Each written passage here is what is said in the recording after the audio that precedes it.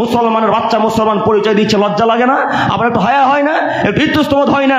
5 ওয়াক্তের সালাতে মুসল্লি মাত্র 1 টাকাতে পরিপূর্ণ হয় না, আর আপনি যখন খেলা হয়, মেসি নেইমার রোনাল্ডো যখন খেলা হয়, আপনি লাখ লাখ মানুষ সেখানে খেলা দেখেন কি হিসাবে? একটু তো হায়াবোধ থাকা উচিত, একটু তো লজ্জাবোধ থাকা উচিত।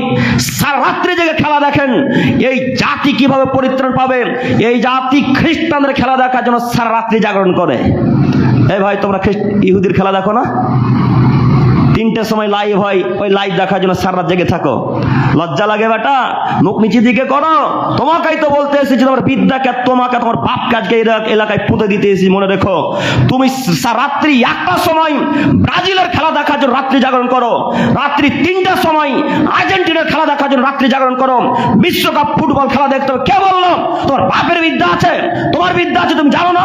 ওরা ইহুদি, ওরা খ্রিস্টান, ওরা নাসারা, ওরা তোমার জাত শত্রু, ওরা তোমার আল্লাহর শত্রু, ওরা মুহাম্মাদের শত্রু, ওরা মুসলমানের বাচ্চার শত্রু। তুমি দেখতে পাও না ফিলিস্তিনের মুসলমানকে কচু কাটা করে কাটছে ইহুদির বাচ্চারা? কেন তুমি তাদের খেলা দেখার জন্য রাত্রে জাগরণ করো? তুমি ব্রাজিলকে সাপোর্ট করো, তুমি জানো ব্রাজিলকে? তুমি আর্জেন্টিনাকে সাপোর্ট করো, তুমি জানো আর্জেন্টিনাকে? আর্জেন্টিনা ইহুদি, ব্রাজিল খ্রিস্টান, এরা সব তোমার শত্রু, আল্লাহর শত্রু। তুমি কেউ তাদেরকে মূল্যায়ন করেছো? তোমার লজ্জা হয় না? তোমার ইতস্তবোধ হয় না? যে জাতি ব্রাজিলকে সাপোর্ট করে, ওই জাতি কোশ্চিন কালেও নেতা বা মন্ত্রী হতে পারবে? কথা বুঝেননি কথা না? আমার কথা বুঝতে পারেন না মনে হয়।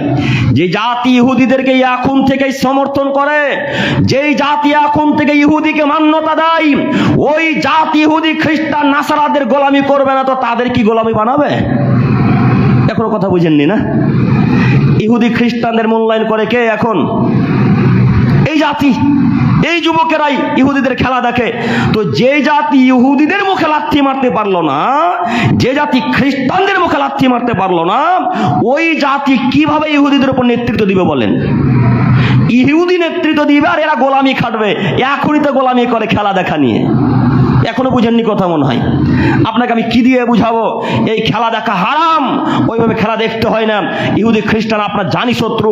আল্লাহ নবী বলছেন, আসমানের নিচে জমিনের উপরে যদি সবচাইতে বড় কেউ মুসলমানের শত্রু থাকে, তারা ইহুদি, তারা খ্রিস্টান, তারা ইহুদি, তারা খ্রিস্টান। ইহুদি খ্রিস্টান মুসলমানের জানি শত্রু, চিরশত্রু। হে যুবক, তোমাকে বলে যাচ্ছি, আজকের পর থেকে ব্রাজিল, আর্জেন্টিনা ইত্যাদি ইত্যাদি দেশের খেলাকে সাপোর্ট করবো না, ইনশাল্লাহ। হবে না ইনশাল্লাহ?